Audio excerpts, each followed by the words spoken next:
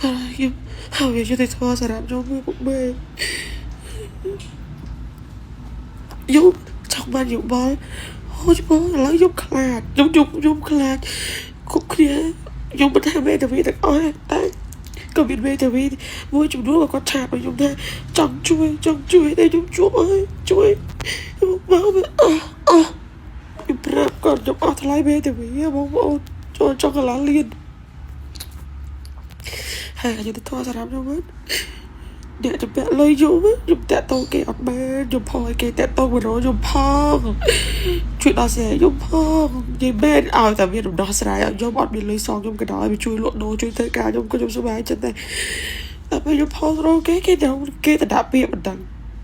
ខ្ញុំវិញ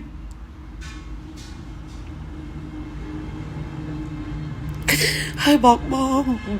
នេះខ្ញុំគោរពបងនេះខ្ញុំស្រឡាញ់វាទាំងប្រុសទាំងស្រីខ្ចីខ្ញុំទៅ20-30 ម៉ឺនដុល្លារ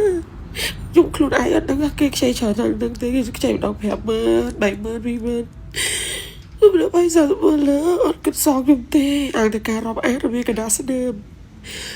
អើបងប្រុសមួយចំនួនអាយុសត់សាយចិត្តជុលហេគឺថាម៉ៃសងលុយខ្ញុំបងអើយឥឡូវខ្ញុំធ្វើការលុយgìដោះស្រាយការងារខ្ញុំគេទៅជាដាក់ពាក្យបណ្ដឹងខ្ញុំហើយវាទៅជាបែររឿងថាខ្ញុំវេលុយឲ្យគេដោយគេហៅគេដោយស្នេហាខ្ញុំស្រឡាញ់តាអាយុ40-50វិខ្ញុំស្រឡាញ់តាអាយុ40-50កញ្ចាស់ហ្នឹងវិញចិត្តដឹកឃើញមកអូយអត់មានចិត្តចូលស្រាប់ជុំទេ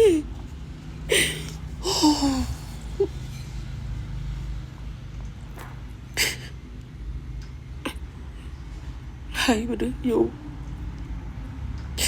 គឺសួរថាយុទ្ធធម៌សម្រាប់ខ្ញុំទេ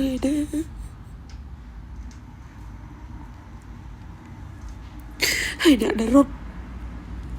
ហើយសូមឯងឃើញវីដេអូហ្នឹងកុំរត់អីមកជួយរកស៊ីខ្ញុំមើលសងខ្ញុំមើល